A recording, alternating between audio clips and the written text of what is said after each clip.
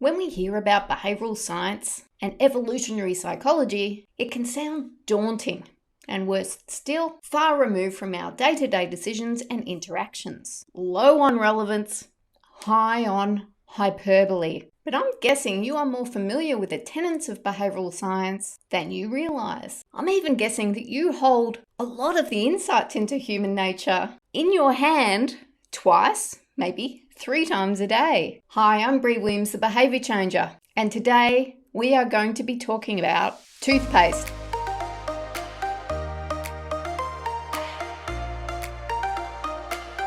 The humble tube of toothpaste. If you're up for an experiment, pause this video, go and squeeze some toothpaste on your toothbrush, come back and we'll talk about it. Okay, let me see your chompers.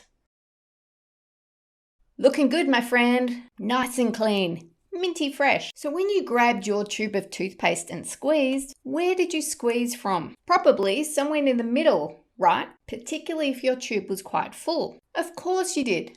That's the sensible thing to do. You follow the path of least resistance, picking up the tube where it was most comfortable and most helpful. It got you to your goal the fastest. You were less inclined to scooch all the way down to the bottom of the tube and squeeze from there, despite what someone in your household might implore you to do. Squeezing from the middle is what we do because it's the sensible thing to do. The sensible thing is the effective thing, and we are wired to be sensible. Sensible, by the way, has been hijacked to mean thoughtful and capital R rational.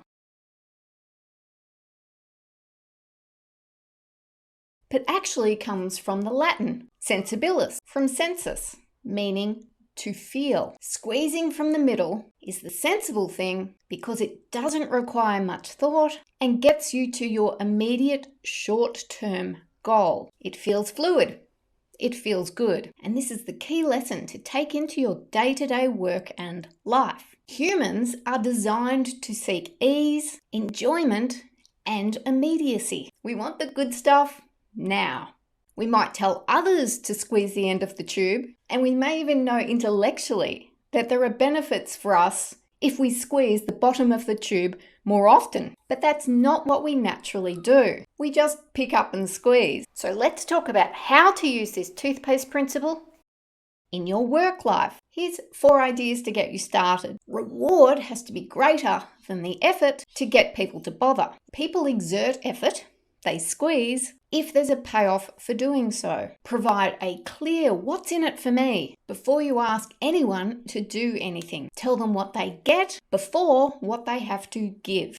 Right time, right place. Our use of toothpaste is part of a routine established in childhood or when we are triggered, like when our teeth feel furry.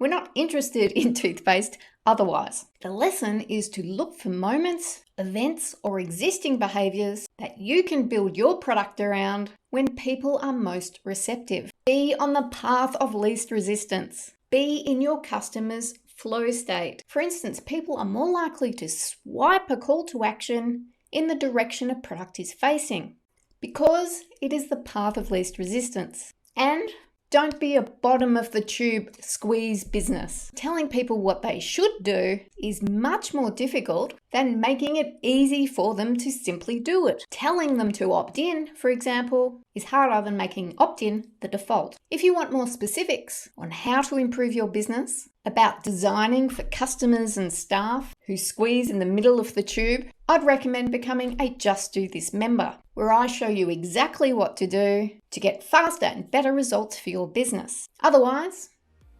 keep squeezing. And remember, when you change behavior, you change your world.